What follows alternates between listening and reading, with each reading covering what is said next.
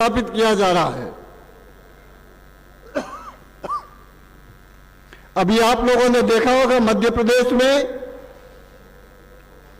एक अभयारण्य national park में भारत के प्रधानमंत्री विदेशों से चीते लेकर के आए। यानी जानवरों को विदेशों से लाया जा रहा है संरक्षित करने के लिए, और वहां से इंसानों को, आदिवासियों को बेदखल किया जा रहा है। और दूसरी तरफ वो जैसे एनआरसी, सीए और एनपीआर का कानून बनाया कि बांग्लादेशी घुसपैठियों को असम से बाहर करना है, इंसानों को बाहर करने के लिए कानून बना रहे।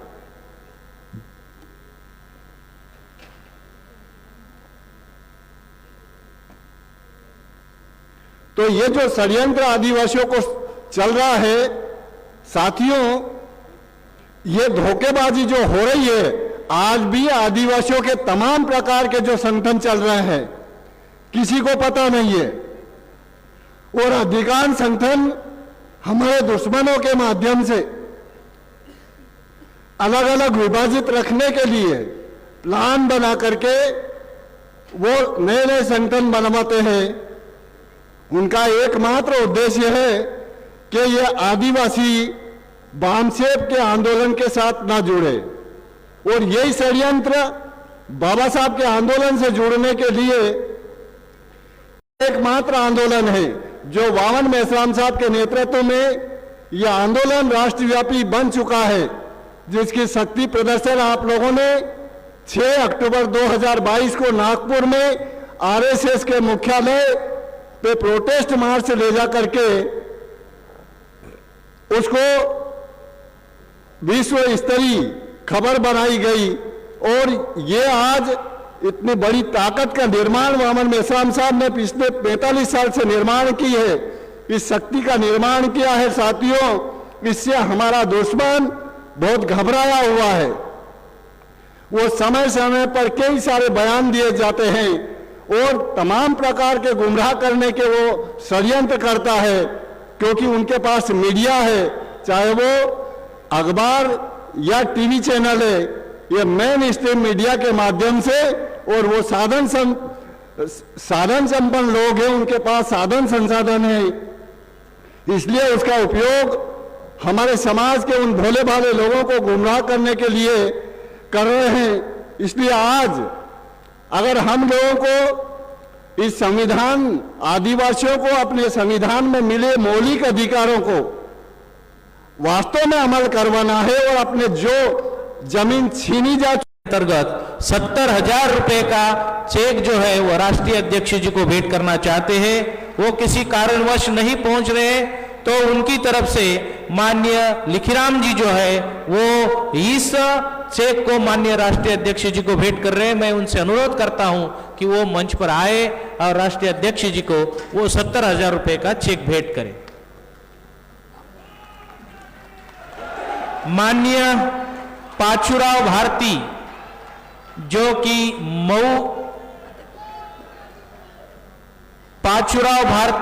कि मऊ यूनिट से है, मध्य प्रदेश से, वो राष्ट्रव्यापी जन आंदोलन निर्माण निधि के अंतर्गत माननीय राष्ट्रीय अध्यक्ष जी को 2,000 रुपए नगद राशि भेंट करना चाहते हैं। मैं उनसे अनुरोध करता हूं कि वो मंच पर आए और राष्ट्रीय अध्यक्ष जी को ये 2,000 रुपए की राशि भेंट करे। मान्यवर पाचूराव भारती, ठीक है, आप ही दीजिए।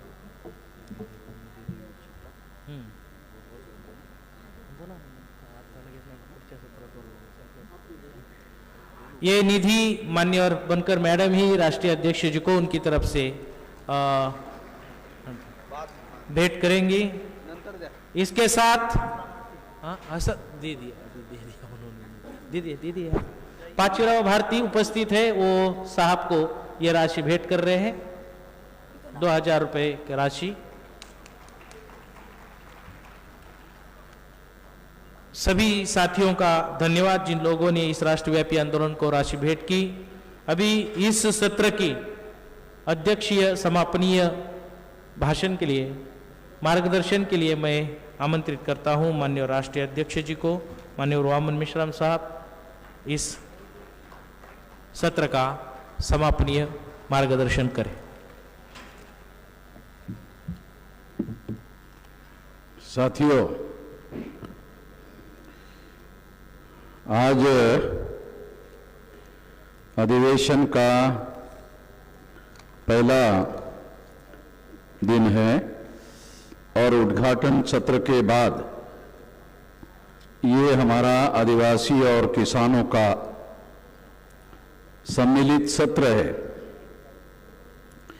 इस सम्मिलित सत्र के लिए जो विषय चर्चा करने के लिए रखे गए हैं वो विषय है भारत में जड़ मूल से रहने वाले आदिवासियों के गांवों को आजादी के 75 वर्षों के बाद भी राजस्व गांव घोषित न करना शासक जातियों का आदिवासियों के साथ भयानक षड्यंत्र है, एक गंभीर चर्चा। दूसरा विषय है किसानों की फसल का न्यूनतम समर्थन मूल्य यानी एमएसपी गारंटी कानून लोकसभा और राज्यसभा में पारित करके लागू करने से ही किसानों की समस्याओं का समाधान होकर किसान सम्मानपूर्वक जीवन जी सकता है, एक गंभीर चर्चा। ये दो विषय चर्चा करने के लिए रखे गए हैं। दोनों विषयों पर किसान प्रतिनिधियों के द्वारा, आदिवासियों के प्रतिनिधियों के द्वारा अपनी बातें काफी विस्तार से आप लोगों के सामने रखी गई है। मैं कंक्लूडिंग में समापन करने के लिए आपके बीच में उपस्थित हूं, तो कुछ बातें मैं आप लोगों के सामने रखना चाहता हूं, कुछ बात समझाना चाहता हूं। पहली तो महत्वपूर्ण बात यह है कि यहां बैठे हुए जो डेलीगेट साथी है, शायद उन लोगों को भी राजस्व ग्राम जो शब्द प्रयोग है ये उनके लिए भी शायद नई बात हो सकती है। हो सकता है कुछ लोगों को इसकी जानकारी हो और हो सकता है कुछ लोगों को इसकी जानकारी ना हो। तो इसे राजस्व ग्राम की बात को समझना बहुत जरूरी है। आज हमारे देश में आजादी हासिल होने के बाद, सो कॉल्ड तथाकथित आजादी हासिल करने के बाद, इस देश में दो प्रकार के विलेज है। एक राजस्व विलेज है, यानी राजस्व ग्राम है, इसको अंग्रेजी में रेवेन्यू विलेज कहते हैं। तो रेवेन्यू विलेज का मतलब ये है कि वहां जो जमीन है उस जमीन पर जो टैक्स लगाया जाता है उसे हिंदी में राजस्व कहते हैं, अंग्रेजी में रेवेन्यू कहते हैं। तो अंग्रेजों के समय में जो जिले का जिलाधिकारी है, जो आज के तारीख में बहुत शक्तिशाली पोस्ट है जिलाधिकारी, वो जिलाधिकारी रेवन्यू कलेक्ट करने वाला अधिकारी था और रेवन्यू कलेक्ट करने के लिए वो जमीन पर टैक्स लगाते थे और वो टैक्स सारे देश भर में वसूल करके सरकार के कोष में जमा करते थे। क्योंकि भारत कोई इंडस्ट्रियल स्टेट नहीं था, भारत कोई औद्योगिक देश नहीं था जैसे यूरोपियन देश है। वहां पर इंडस्ट्रियल रेवोल्यूशन हुआ है और वहां का सारा समाज खेती पर निर्भर नहीं है। वहां का सारा समाज जो है वो इंडस्ट्रियल रेवोल्यूशन होने की वजह से, चाहे अमेरिका हो चाहे यूरोप हो, ये सारे देश इंडस्ट्रियल रेवोल्यूशन हुए देश है। यानी वहां की सोसाइटी ये लगभग अर्बनाइज है और खेती पर निर्भर नहीं है। ये सारी की सारी सोसाइटी जो है इंडस्ट्रियल रेवोल्यूशन की वजह से वहां इंडस्ट्री पर निर्भर है। तो वहां उतना जो जमीन पर टैक्स लगाकर टैक्स वसूल करने से बहुत ज्यादा टैक्स नहीं आता है। मगर इंडिया जो था, जो अंग्रेज जब आए थे, उस समय इंडिया जो था वो गांवों का देश था और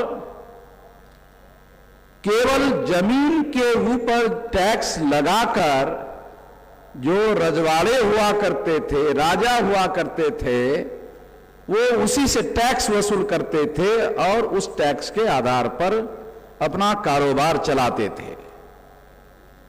मगर अंग्रेजों के आने के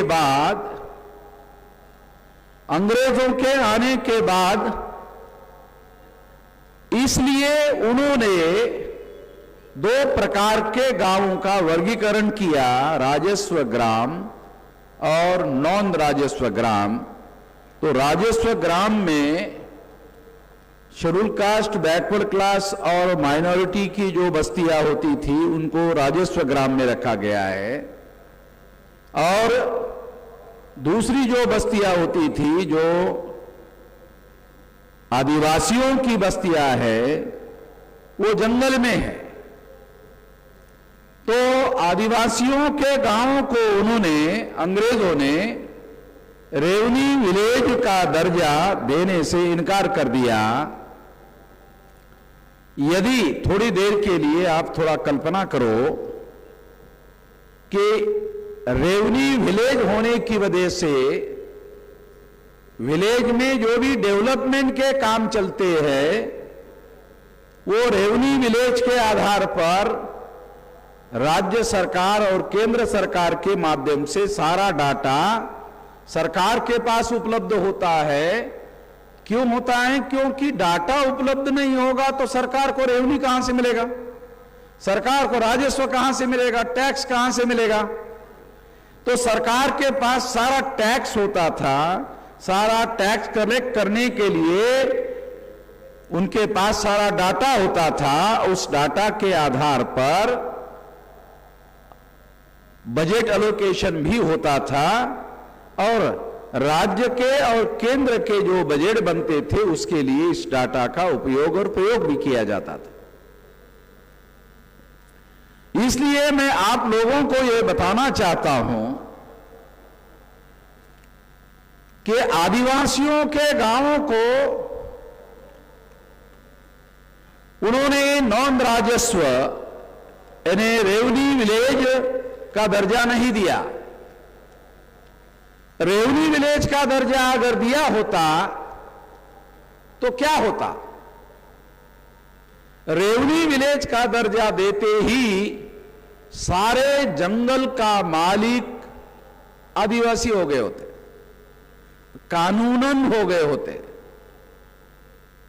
जिसकी जंगल के इलाके में आदिवासी रहते, उस जंगल का वो आदिवासी विलेज को राजस्व विलेज बनाया जाता और उस इलाके में जितनी भी जमीन है, चाहे जंगली हो नॉन जंगली हो, वो सारे के सारे जमीन का मालिक जो है वो आदिवासी घोषित हो जाते। ये पहले नंबर का परिणाम होता। और आदिवासी इतने बड़े देश के अंदर इतने सारे जमीनों के मालिक होते। तो एक तो जमीन का मालिक होने से बेनिफिट क्या है कि जो जमीन में फसल ली जा सकती है, जंगलों में जो जमीन तैयार है, जो फसल ले सकते थे, उससे आदिवासियों का फायदा, आर्थिक फायदा। बल्कि ऐसा कहा जा सकता है कि फिर आदिवासी आदिवासी नहीं रहते, आदिवासी जमींदार हो जाते, इतने ज्यादा जमीन के मालिक हो जाते।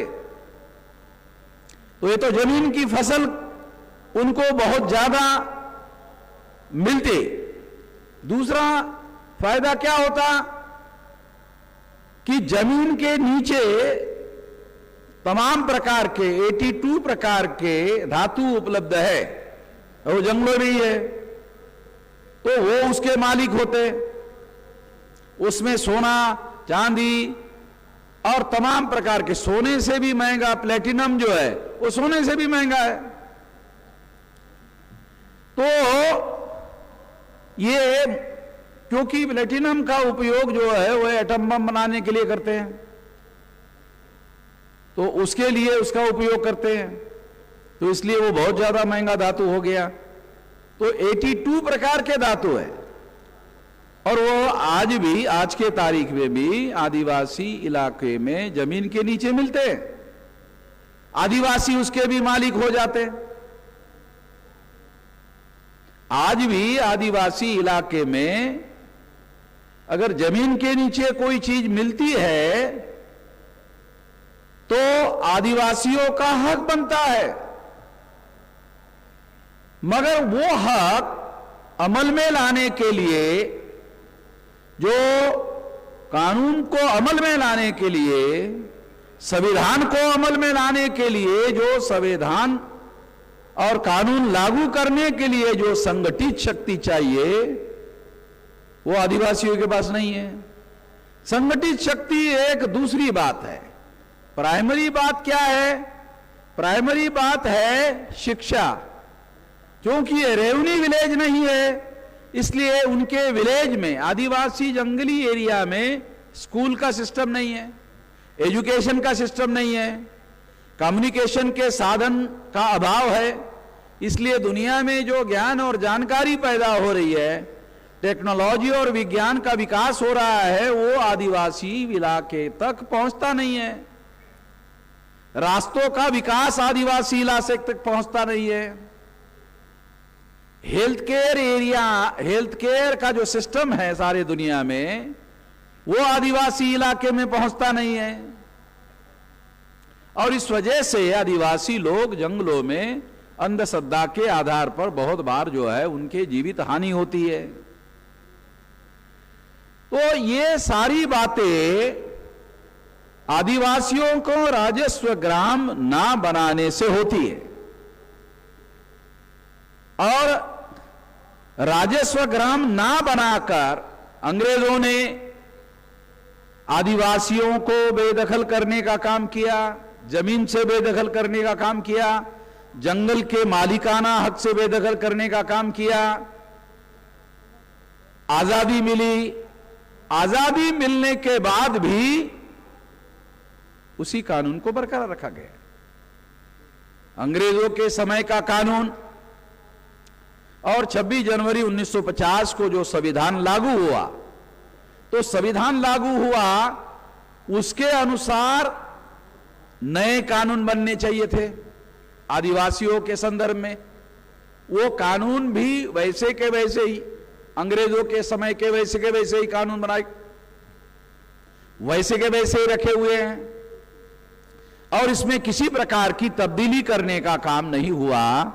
इसलिए आदिवासियों के साथ में बहुत ज्यादा अन्याय हो रहा है। और जब सरकार को ऐसा लगता है कि उस इलाके में कोई मूल्यवान धातु मिल रही है, उस इलाके में कोई इंडस्ट्री लगानी है और वहां बड़ा धातु मिल रहा है, तो उसी धातु को आधार बनाकर इंडस्ट्री खड़ी करनी है, तो फिर वो आदिवासियों को बेदखल कर देते हैं, यानी सारी की सारी संपत्ति पर कब्जा कर लेते हैं। तो ये सारी बातें राजस्व ग्राम के अभाव की वजह से हो रही है। अंग्रेजों ने भी यही किया, और आजादी हासिल होने के बाद भी, आजादी मिलने के बाद भी यही हुआ। तो इससे यह बात प्रमाणित हो जाती है कि 15 अगस्त 47 की आजादी आदिवासियों को मिली हुई आजादी नहीं है। 15 अगस्त 47 को मिली हुई आजादी ये आदिवासियों को मिली हुई आजादी नहीं है, तो तमाम मूल निवासियों को मिली हुई आजादी नहीं है। मगर पर्टिकुलर संदर्भ में मैं बता रहा हूं कि आदिवासियों को मिली हुई इस संदर्भ में आपको बता रहा हूं कि आजादी का कोई मतलब नहीं रहा। नहीं तो भारत के संविधान ने जो अधिकार आदिवासियों को बहाल किए, उस हिसाब से उस पर अमल करने के लिए कानून बनाए जाने चाहिए और कानून बनाकर उसको अमल करना चाहिए था, मगर ऐसा हुआ नहीं। और इस वजह से आदिवासियों को आज भी जंगलों में जहां वो रहते हैं उनका किसी प्रकार का कोई मालिकाना हक उनके पास ना होने की वजह से, क्योंकि आज भी वो रेवेन्यू विलेज नहीं है, आज भी वो राजस्व विलेज नहीं है, और इस हिसाब से वो इनडायरेक्टली भारत सरकार ये कहती है कि ये आदिवासियों ने इस जमीन पर इंक्रोचमेंट किया हुआ है, ऐसा ही वो मानकर चल रहे हैं। तो इस तरह से ये एक बहुत भयंकर बात है। राजस्व ग्राम से संबंधित मुद्दा हम लोगों ने भी पहली बार, क्योंकि जैसे जैसे हमारी अपनी भी समझदारी बढ़ रही है वैसे वैसे हम अपने लोगों को जगाने के काम में लगे हुए हैं और उस संबंध में लोगों को डाटा बता रहे हैं, उसका विश्लेषण कर रहे हैं, तुलनात्मक अध्ययन करके बता रहे हैं ताकि लोगों को हमारे समझ में आ जाए। और यहाँ जो डेलीगेट लोग आए हैं वो अपने एरिया में, अपने भौगोलिक और सामाजिक एरिया में जाकर इस बात का प्रचार प्रसार करने का काम करें, क्योंकि यहाँ जो हम कह रहे हैं वो केवल आपको बताने के लिए नहीं कह रहे, बल्कि आप लोगों को वेल इन्फॉर्म बना रहे हैं, आपको जानकार बना रहे हैं। जानकार आपको क्यों बना रहे हैं? क्योंकि आप अपने अपने गांव में, अपने अपने तहसील में, अपने अपने जिले में जाकर अपने समाज में इस जानकारी का प्रचार प्रसार करने के लिए और अपने अपने इलाके के लोगों को जागृत करने के लिए, इसका उपयोग करने के लिए जानकारी आपको दी जा रही है। तो ये जानकारी आप लोगों को लोगों तक पहुंचाने का काम करना है, इसके लिए ये जानकारी आपको दी जा रही है ताकि लोग जाग जाए, और अगर जाग गए तो जगे हुए लोगों को जोड़ा जाए, जोड़े हुए लोगों से शक्ति का निर्माण किया जाए, ताकि शक्ति, जनशक्ति का उपयोग और प्रयोग आने वाले समय में जन आंदोलन के लिए किया जाए। हम जन आंदोलन क्यों करना चाहते हैं? हम कोई पागल लोग तो है नहीं कि केवल जन आंदोलन करना हमारा मकसद है। जन आंदोलन करना मकसद नहीं है, जन आंदोलन तो साधन है, जन आंदोलन मकसद नहीं है। जन आंदोलन साधन है किस चीज का? कि जन आंदोलन के द्वारा आजादी हासिल की जा सकती है, जन आंदोलन के द्वारा हम लोग सत्ता हासिल कर सकते हैं। Power is a product of successful struggle. अगर हम सफलतापूर्वक आंदोलन चलाते हैं तो हमारे लोगों को केंद्र की सत्ता मिलेगी। केंद्र सरकार हमारे लोगों की जब संख्या ही हमारी है, और मौलिक सिद्धांत बाबा साहब आंबेडकर ने संविधान में लिख दिया है कि जिसकी वोट की संख्या ज्यादा होगी वो देश के हुक्मरान होंगे। तो जैसे मैंने उद्घाटन सत्र में बताया कि हम लोग शेड्यूल कास्ट के लोगों को, मोस्ट बैकवर्ड शेड्यूल कास्ट के लोगों को, एक्सट्रीम बैकवर्ड शेड्यूल कास्ट के लोगों को, शेड्यूल ट्राइब के लोगों को, नॉमिडिक ट्राइब के लोगों को, एमबीसी के लोगों को, ओबीसी के लोगों को एक ही आंदोलन में शामिल करने में कामयाब हो गए। ये कोई छोटी मोटी बात नहीं है, ये बहुत बड़ी बात है कि जिन ब्राह्मणों ने 6000 जाति के टुकड़ों में हमारे लोगों को बांटा, उन लोगों को हम लोग सीमित प्रमाण में क्यों न हो जोड़ने में कामयाब हो गए। तो सीमित प्रमाण में जोड़ने में कामयाब हो गए, उससे ही वो लोग डरे हुए हैं। अभी तो हम लोगों ने बहुत बड़े पैमाने पर, जितना हमारा मकसद है उतना बड़ा मकसद पूरा करने के लिए उतने ज्यादा लोगों को हम इकट्ठा करने में कामयाब नहीं हुए। ये भी बात हम जानते हैं, मगर जितना हम लोग करने में कामयाब हुए वो कोई छोटा मोटा डेवलपमेंट नहीं है। और ये डेवलपमेंट की वजह से आरएसएस के सरसंघ चालक मोहन भागवत को बार बार जो है बयान देने पड़ रहे हैं। वर्ण व्यवस्था के खिलाफ में, जाति व्यवस्था के खिलाफ में बयान देने पड़ रहे हैं ताकि हम लोगों को खुश किया जाए। मगर बयान देने मात्र से हम लोगों को खुश नहीं होना चाहिए। ऐसा खुश होना भ्रम का शिकार हो सकते हैं, तो हमको सतर्क रहना चाहिए। मगर मैं आपको ये बयान देने के पीछे की कारण परंपरा बता रहा हूं। ये जितनी जागृति हमने की, जितना जोड़ने का काम हमने किया, उसकी वजह से हो रहा है। अगर हम आने वाले, जैसे मैं 2025 तक आपको 6000 तहसीलों में हम लोगों का 2025 तक 6000 तहसीलों में हमारा संगठन का जाल फैल जाएगा। और 2025 में यदि 6000 तहसीलों में फैल जाएगा तो बहुत बड़ा विशाल संगठन खड़ा हो जाएगा। ये बहुत बड़े पैमाने पर हम लोगों को मोबिलाइज करने के लिए सक्षम हो जाएंगे। और जब मोबिलाइज करने के लिए सक्षम हो जाएंगे तब आप अंदाजा लगा सकते हो कि उसका परिणाम उस हिसाब से होगा। जितनी हम ताकत संगठित करेंगे उस हिसाब से उसका परिणाम होगा।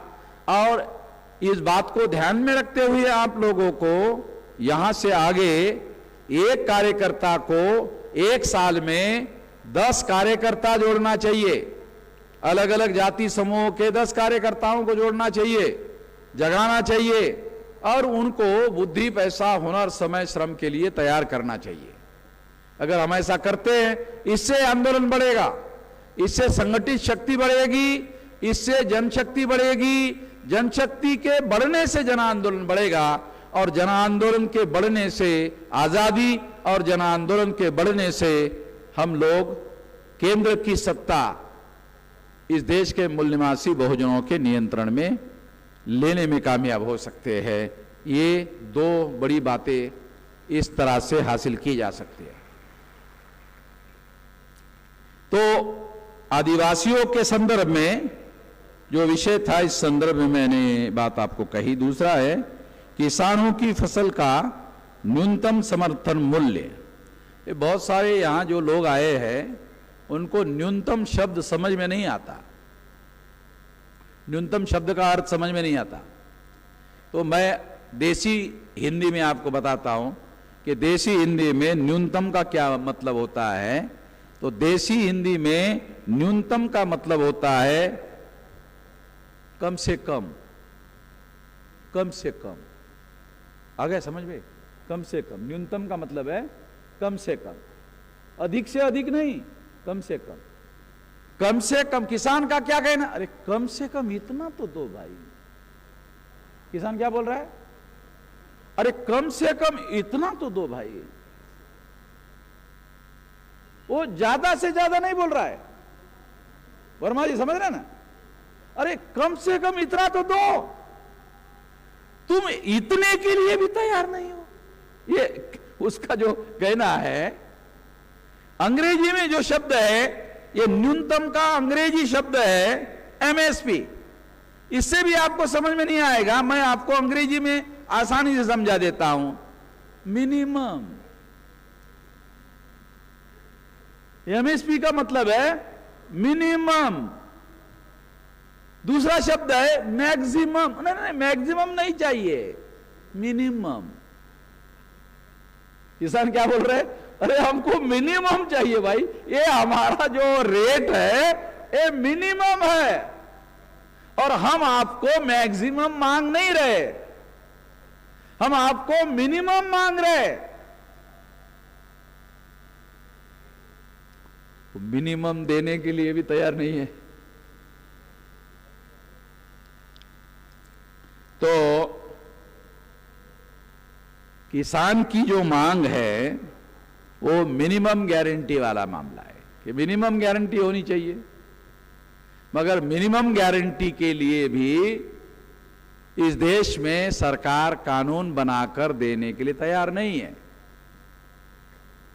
तो कानून किसानों को मूर्ख कैसे बनाती है? खरीदारी के समय के पहले मिनिमम गारंटी का मूल्य घोषित करती है और उसकी खबरें सारे देश के अखबारों में, सारे देश के टीवी में और मीडिया में छाप देती है। तो सारे देश के किसानों को क्या लगता है, सरकार हमारे बारे में सोच रही है, विचार कर रही है। और वो मिनिमम आंकड़ा घोषित करने के बाद मार्केट के ऊपर छोड़ देती है कि मार्केट वाले जो है उसको 2040 या 2060 में खरीद ले। ये है ना वर्मा जी, 2040 का रेट या 2060 के रेट में खरीद ले।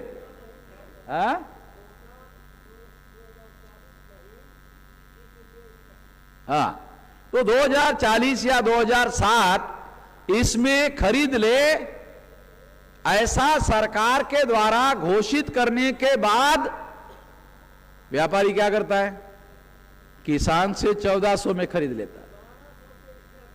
चलो, ये अभी वर्मा जी क्योंकि हमारे ओरिजिनल प्रतिनिधि ये है। अभी मेरा बाप किसान था, अभी मैंने भी खेती में हल चलाया। जब से मैं सेंट्रल गवर्नमेंट का नौकरी किया तो तब से मैं किसान नहीं रहा। तो वर्मा जी सही किसान है। मैं किसान का बेटा जरूर हो, हल भी चलाया है और खेती में काम भी किया है, मगर सरकारी नौकरी करने की वजह से अभी मैं किसान नहीं रहा हूं। तो इतना ही कह सकता हूं किसान का बेटा हूं। मगर वर्मा जी अभी भी खेती करते हैं तो उनको ज्यादा मालूम है, प्रत्यक्ष कर रहे हैं, लड़ाई भी लड़ रहे हैं। उनके राष्ट्रीय स्तर पर जो किसानों का संगठन निर्माण किया गया है उसको राष्ट्रीय अध्यक्ष भी है। तो इसलिए ये ज्यादा डाटा और ज्यादा जानकारी उनके पास में है। मगर मैं आप लोगों को क्या कहना चाहता हूं कि सरकार की जो पॉलिसी है वो समझा रहा हूं। मैं बुनियादी बात क्या कहना चाहता हूं, जब सरकार ने 2040 और 2060 का रेट घोषित किया तो व्यापारी 1400 या 1200 में खरीद ही कैसे सकते, ये मेरा कहना है। कानून सरकार ने बनाया, मगर कानून गारंटी का कानून नहीं बनाया। तो सरकार ने जब घोषित किया तो घोषित किया तो जिम्मेदारी सरकार की है। सरकार इंश्योर करे कि किसानों को उतना रेट मिले। क्या सरकार को मालूम नहीं है कि 1200 में व्यापारियों ने खरीदा? सब मालूम है। क्या सरकार को मालूम नहीं कि 1400 में खरीदा? सब मालूम है। सरकार को मालूम नहीं है ऐसा नहीं है, मालूम है। सरकार को मालूम होने के बावजूद भी व्यापारियों पर सरकार ने जो रेट निर्धारित किया उसका उल्लंघन करने का किसी प्रकार का कोई आरोप व्यापारियों पर सरकार नहीं लगाती है, ना उनके दंड की व्यवस्था करती है। ऐसा कोई प्रावधान उपलब्ध नहीं है। क्यों प्रावधान उपलब्ध नहीं है? क्योंकि ऐसा कोई कानून ही नहीं है। सरकार केवल पॉलिसी के तहत घोषित करती है। इन चीजों का फर्क समझा रहा हूं आप लोगों को कि सरकार घोषणा करती है और मार्केट के ऊपर छोड़ देती है, मगर सरकार ने इसके लिए कोई कानून नहीं बनाया। यदि कानून बनाया होता तो किसान को खुद व्यापारियों के खिलाफ में कोर्ट में जाने का अधिकार मिलता। मगर सरकार ने कानून नहीं बनाया। सरकार केवल जब फसल निकलती है उसके कुछ दिन पहले केवल रेट घोषित करती है, वो भी मिनिमम रेट घोषित करती है, और मिनिमम रेट भी व्यापारी उनको नहीं देते हैं, और व्यापारी इस देश में किसानों को लूटने का काम कर रहे हैं। यह बात हमको समझना होगा। अब आखिरी बात मैं आपको बताना चाहता हूं अंग्रेजों के विरोध में इस देश में आंदोलन चलाए गए। आंदोलन चलाए गए और आंदोलन का नेतृत्व जो है सबसे पहले ब्राह्मणों ने किया और बाद में बनिया जो गांधी है उसने किया। यानी किसानों, ज्योतिराव फुले क्या कहते हैं, शेठ जी और भट्ट जी ये दो है किसानों के दुश्मन, शेठ जी और भट्ट जी। तो आजादी के आंदोलन का नेतृत्व बाल गंगाधर तिलक ब्राह्मण और गांधी जी, तो गांधी जी तो बनिया थे, यानी वैश्य वर्ण के थे। पहले के प्राचीन काल में क्या होता था कि ब्राह्मण अपना वर्चस्व स्थापित करने के लिए क्षत्रियों को 2 नंबर में इस्तेमाल करता था,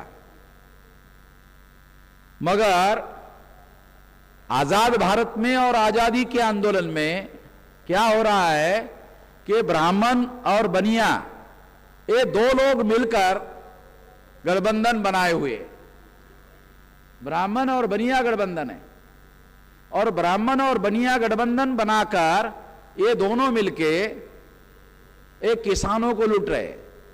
ये ज्योतिराव फुले ने लिख कर रखा, शेठ जी और भट्ट जी, भट्ट जी यानी ब्राह्मण, शेठ जी यानी बनिया, ये उनके मराठी के शब्द है। तो उन्होंने ये बात कही कि ये किसानों के दुश्मन हैं, तो किसानों का एक दुश्मन ब्राह्मण आजादी के आंदोलन का नेता हो गया बाल गंगाधर तिलक, और दूसरा वैश्य गांधी जी वो किसानों का जो दुश्मन जाति का प्रतिनिधि था वो किसानों का नेता हो गया। ठीक है, आजादी के आंदोलन का नेता हो गया। और ये इन लोगों को कहा, किसानों को कहा हम आजादी देंगे, और सबसे पहले सरदार वल्लभ भाई पटेल को अपने साथ में लेकर ये विश्वास पैदा किया कि किसानों को हम लोग आजादी देंगे। मगर आजाद भारत में ब्राह्मण बनिया लोगों ने गठबंधन बनाया, क्योंकि जमाना गठबंधन का है, तो समाजी लेवल पर ब्राह्मणों ने पहले अकेले वर्चस्व स्थापित करते थे, मगर ब्राह्मणों ने अभी क्या किया कि ब्राह्मणों का वर्चस्व स्थापित करने के लिए उन्होंने बनिया के साथ गठबंधन किया। पहले राजपाट पर कब्जा करने के लिए तलवार चलाना जरूरी होता था, मगर आधुनिक समय में बड़ा संगठन चलाना और मीडिया को मैनेजमेंट करना, इसके लिए पैसे की बहुत ज्यादा जरूरत है। तो इसलिए जब परिस्थितियां बदली तो क्षत्रियों को ब्राह्मणों ने छोड़ दिया और आजादी के आंदोलन में बनिया को साथ में लिया, तो ब्राह्मण बनिया गठबंधन हो गया। क्योंकि पैसा बहुत बड़े पैमाने पर लगता है। 2014 के चुनाव में बीजेपी ने 30,000 करोड़ रुपया खर्चा किया।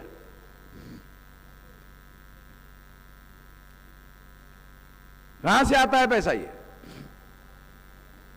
30,000 करोड़ रुपया कहां से आता है?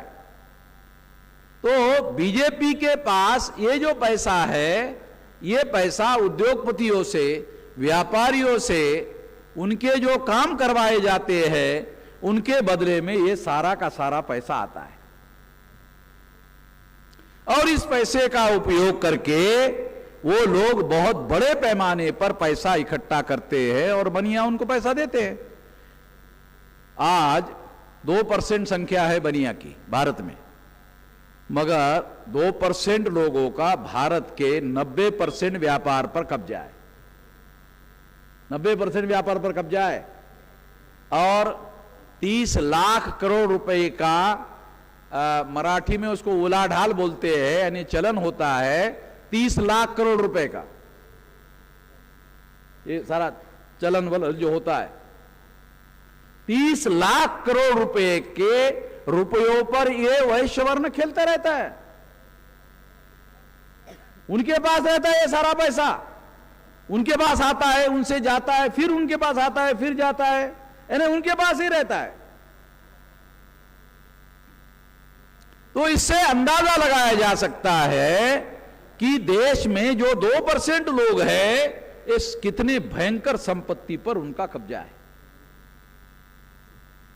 और इसी से जो ब्लैक मनी तैयार होता है, इसी से जो काला धन पैदा होता है, वो काला धन का उपयोग चुनाव में अल्पसंख्यक लोगों की सत्ता बहुसंख्याक लोगों पर स्थापित करने के लिए की जाती है। ये सारा हो रहा है। इसके बारे में इस देश के किसानों को जगाना जरूरी है। मान लो कि ये ब्राह्मण बनिया गठबंधन कांग्रेस ने बनाया, यानी गांधी जी ने बनाया। एक कांग्रेस ने बनाया, गांधी जी ने बनाया कांग्रेस के द्वारा। बीजेपी ने कहा बीजेपी का भी वही है, बीजेपी का भी वही है, ये ब्राह्मण बनिया गठबंधन है। ये आरएसएस बनाया ब्राह्मणों ने, भाजपा बनाया ब्राह्मणों ने, और उसको काला धन के द्वारा पैसा दिया जाता है बनिया के द्वारा। मगर ब्राह्मण और बनिया 3-3.5% ब्राह्मण और 4-4.5% बनिया, इतने वोटों के आधार पर सरकार नहीं बना सकते। तो ये जो बहुसंख्याक वर्ग है, इन बहुसंख्याक वर्ग के वोटों को खरीदने के लिए काला पैसा यूज किया जाता है। मीडिया मैनेजमेंट पर यह काला धन इस्तेमाल किया जाता है। चुनाव में प्रोपेगेंडा करने के लिए काला धन इस्तेमाल किया जाता है। दुनिया में ये माना जाता है कि भारत में चुनाव में जितना काला धन इस्तेमाल किया जाता है, उतना काला धन दुनिया में कहीं पर भी नहीं होता। काला धन ही भारत में सफेद करने का सबसे बड़ा जरिया है चुनाव। चुनाव में काला धन सफेद होता है। काला धन जो सफेद होता है वो चुनाव में होता है। चुनाव में इस पैसे का सबसे ज्यादा उपयोग किया जाता है और व्यवहार में उस पैसे को लाया जाता है। कांग्रेस इसका विरोध नहीं कर सकती। आज बीजेपी इस काम को कर रही है, कल कांग्रेस ने इसी काम को किया। तो कांग्रेस और बीजेपी, बीजेपी और कांग्रेस, ये दोनों लोगों ने यही काम किया। तो इसलिए कांग्रेस ये सोचती है कि आज बीजेपी के लोग सत्ता में हैं तो बीजेपी के लोग ये कर रहे हैं, कल हम सत्ता में तो हमने किया, भविष्य में हम सत्ता में आएंगे तो हमको भी यही करना होगा, यही नहीं करेंगे तो हमारा वर्चस्व नहीं बना रहेगा। इस तरीके से ये सारा का सारा कार्यक्रम चल रहा है। हम लोगों को ये ध्यान रखना है कि ये जो काला धन पैदा करने वाले लोग ही देश पर राज कर रहे हैं। काला धन जो है संचालित हो रहा है देश की सत्ता पर काबिज होने के लिए। तो हम लोगों को इस देश की बहुसंख्याक प्रजा को संगठित शक्ति के रूप में संगठित करना होगा और जगाना होगा। यह ध्यान रखो कि वाम से पढ़े लिखे लोगों का संगठन है तो एक कितने लोग हैं सारे देश भर में? Schedule caste, schedule tribe, backward class, minority के कितने लोग हैं? 2-4% लोग हैं। 2-4% ज्यादा नहीं है। ये 2-4% लोग पढ़े लिखे लोग हैं। उस 2-4% को अगर हम 100 मानक आंकड़ा माना जाए तो उसमें 4-5% लोग हमको सहयोग कर रहे हैं। 100% पढ़े लिखे लोग, SC, ST, OBC, माइनॉरिटी के लोग हमको सहयोग थोड़ी कर रहे हैं। जितने पढ़े लिखे लोग हैं उसको अगर 100 का मानक आंकड़ा माना जाए, उसका 4-5% लोग हमको सहयोग कर रहे हैं, ज्यादा नहीं कर रहे। तो उससे चुनाव प्रणाली में कोई बहुत बड़ा बदलाव उनके संख्या के बल पर नहीं लाया जा सकता, मगर उनके पास बुद्धि, पैसा, हुनर, समय, श्रम के जो साधन हैं वो बहुत मूल्यवान है। और इसका उपयोग करके large scale crowd, large scale majority crowd, उसको जगाना, उसको संगठित करना और संगठित शक्ति का उपयोग और प्रयोग राजनीतिक सत्ता में या समाज में बदलाव करने के लिए करना, ये ध्यान रखो, इसको समझो, इसको समझकर समाज में लार्ज स्केल जो क्राउड है, लार्ज स्केल जो संख्या है हमारी, उसको जगाओ, उसको जोड़ो। केवल पढ़े लिखे लोगों के जोड़ने से नहीं होगा, पढ़े लिखे लोगों की जरूरत है। पढ़े लिखे लोग हमको नेतृत्व करने के लिए चाहिए, कैडराइजेशन के लिए चाहिए, जगाने के लिए चाहिए, रिसोर्सेज के लिए चाहिए, आवश्यक है।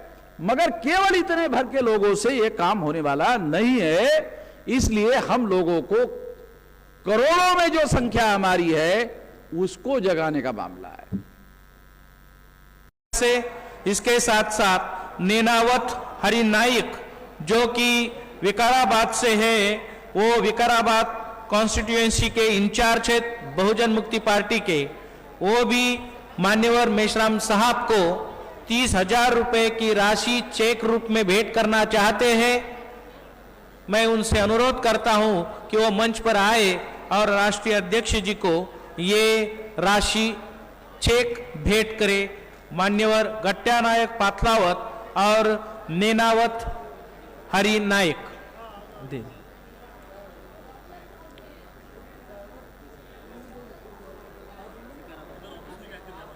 राजाराम बालू कांबळे, इन कागल कोल्हापुर, इनकी ओर से उनके बर्थडे के जन्म दिवस के उपलक्ष्य में 10,000 रुपए राशि जन आंदोलन के रूप में माननीय राष्ट्रीय अध्यक्ष जी को भेंट की जा रही है।